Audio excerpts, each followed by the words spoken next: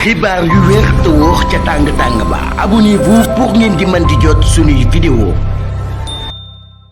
jërë ngeen jëf ci ànd gi ak ñun ci chaîne bii di Buzz 221 HD depuis Casablanca ci Maroc Ousmane Sonko mii daal mi ngi relancé débat bi ci état de la justice sénégalais déplacement bi nga xam ne ab déplacement officiel la le premier ministre Ousmane Sonko amal ko ca Maroc moom mi nag daan nay daje mardi ak ressortissants sénégalais yi nga xam ne ñoo nekk ci royaume bu Maroc moom mi nag daal ci waxtaan boobu daan na ciy profité bu baax a baax moom chef de gouvernement bi daal di aborder nag sans détour question bu jëm ci wàllum système judiciaire bi nga xam ne nag jàpp na ni ab maillon central la ci lu jëm ci wàllu dysfonctionnement institutionnel du pays moom leader Pastef bi nag daal daan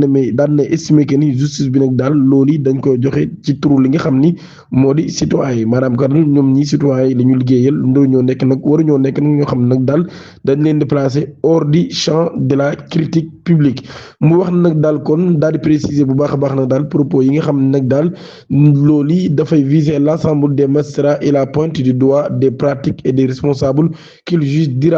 nuisible à l'institution. Ousmane Sonko ba tey nag daal muy assurer nag daal ces dossiers ferait l'objet d'une prise de parole plus approfondie dans les semaines à venir maanaam kon dossier boobee nag daal mën na cee wax ci lu gën a yaatu ci semaine yi ñu dëgmal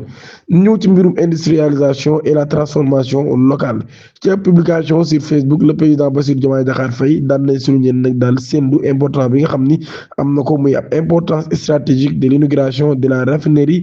Mafmar Industrie et du lancement de la zone industrielle de Bargny Sendou moom mi nag daal muy affirmer volonté bi nga xam ni Sénégal daan na koy am daal di wàññi bu baax a baax dépendance bi nga xam ni am na ko ci wàllum importation ak valoriser tamit ressources yi nga xam ne daan nañ koy am muy ay ressources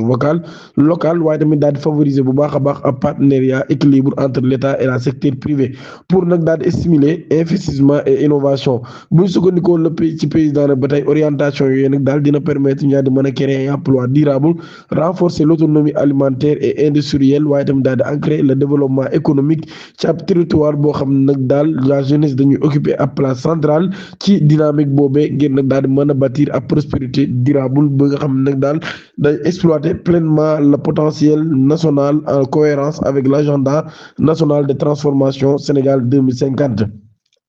njërëm ci beneen mbir violence exposée dans les médias Corrède tire la sonnette d'alarme violence yi nga xam ne kon ñu ngi koy exposé ci média bi day Corrède daan na ci àddu waaye daal di tirer la sonnette d'alarme conseil pour l'observation des règles d'éthique et de la déontologie dans les médias Corrède moom mi nag daal daan na réagir ginnaaw division par certains organes de presse ay contenu visuel yoo xam ne nag daal jàpp nañ ni loolu yi kenn waru ko publier moo xam muy ay image wala ay vidéo loolu yi nag daal di am ci ay violence yoo xam ne violence domestique lay doon ay accident de la circulation ñoom ñi nag daal daan nañu déplorer loolee bu baax a baax di wax nag daal photo yooyu nga xam ne dañ koy publier loolu yi nag daal jàpp nañ ni lu ñu war a watandiku la bu baax a baax rawatina mbir mi nga xam ne xewoon na ci Touba entre ñaari co-épouse kenn ki nag ñu daal di koy dagg te yaram bi wala kanam gi ba mu dagg photo yooyu nag daal ñu daal di koy publier ñu jàpp nag daal mbir la moo xam ne kon ñoom Corrède mi jàpp nañ ni loolu yi bokkul nag ci respecté li nga xam ni moo di dignité humaine moo tax ñuy lancer appel ci ñi nga xam ne ñoom ñoo koy def di ay taskatu xibaar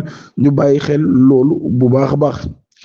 Appel à l'équité religieuse, un plaidoyer pour un soutien inclusif de l'État face aux efforts engagés par les autorités sénégalaises en faveur de l'organisation et du financement des daara ci loolu nag daal am membre bu organisation boobu nag daal présence chrétien daan na interpeller l'État ci nécessité nag daal d'un traitement d'équitable entre toutes les structures religieuses maanaam daal kon ci traitement boo xam ni bu équitable lay doon ci structure religieuse yépp kon loolu la waa jàngu bi tamit di sàkku affaire West Africa Energy cour d'appel daan lay annuler procédure bi nga xam nag daal moom mi daan nay nag visé woon ki nga xam ni moo di Samuel Ahmed Sarr chambre d'accusation de la cour d'appel de Dakar daan nay joxe verdigam le 27 janvier 2026 d'ab décision favorable à Samuel Ahmed Sarr daal di invalider nag le renvoi de l'ancien ministre de l'énergie ci dossier bi nga xam ne kon moo ñeel mbirum West Africa Energy loolu nag daal di am ay fondement juridique de cette orientation n'était pas suffisamment établi maanaam fondement juridique yi orientation boobee nag daal nee nañ daal di nekkul woon loo xam ni lu doy la woon ngir nag ñu daal di mën a topp Samuel Ahmed Sarr ci loolu la ñu doon wax salué par la défense comme un tournant décisif cette décision conforte la ligne de contestation adoptée par Samuel Ahmed Sarr depuis le début de l'affaire fondée sur la dénonciation des manquements dans l'instruction à l'opposé les parties partie civile subissant un sérieux revers tandis que la conduite de la procédure est fragilisée par cette annulation qui rejette en doute sur la régularité du travail judiciaire mené jusqu'à là. Mbirum Maroc Sénégal FIFA day daan nay retiré wu ci mbir mi CAF kon mooy nekk seul face aux sanctions commission de discipline bi nga xam ne kon nag daal confédération africaine de football CAF daan na koy amal ci mardi bi fii ak 48 heures dinañ xam ban dogal la ñuy jël ndax dañuy teg Sénégal ay daan am déet waaye daal li wéet a wóor mooy ñi nga xam ne kon ñoo di waa FIFA moom daan nañu génn ci mbir ma ba mu seet wicc ci Medina ab faux mendiant boo xam ne nag bekkee la doon yor moom mi day lañu daal di démasqué AB lay wuyoo di ab ressortissant guinéen ay atam toll ci juróom fukki at ak ñaar moom mii dafa doon servir de son handicapé comme couverture pour écoler des cracks maanaam handicapé bi nga xam ne moom la amoon moom la doon jëfandikoo nag daal ngir di jaay li nga xam ne kon moo di lu jëm ci wàllum Sénégal posté quotidiennement à l'angle de la rue 05 angle 6 rue 5 angle 6 moom mi lay nekk koo xam ne kon ay béykee la doon yor foofu yi la doon nekk nag di assimiler l'indulgence pour tromper la vigilance des passants maanaam daal kon ña fa doon jàll li tax mu doon tromper seen vigilance mooy handicap bi nga xam ne am na ko waaye lépp ay fan brigade de recherche du maire de la Médina ñu ngi ko doon observer ay agissement am di xool ay contact furtif am avec un client suspect avec une clientèle suspect détenant avec sa condition de mendiant jeudi dernier policier nag daal daan nañu intervenir daal koy fekk moom mii ginnaaw bi nga xamee ni daan nañ nekkoon ci kanam ab boutique boo xam ni fa la nekkoon ngir daal di joxe nag donner le change mais sa nervosité a trahi sa culpabilité. Une palpation d'usage a immédiatement été effectuée maanaam daal ginnaaw bi nga xamee ni kon daan nañ koy fiyee palpé ko ci loolu nag daal daan nañ fekk ma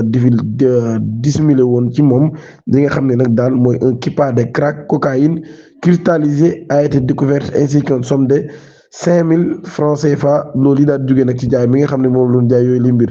face à l'évidence AB daal dina reconnaître nag daal moom moo def lu mel xam le ni moom mi da doon jaay boobu lépp crack Alima Gadji dëgg ci li nga xam ni mooy génn àdduna gi mu génn àdduna ak ci yan circonstance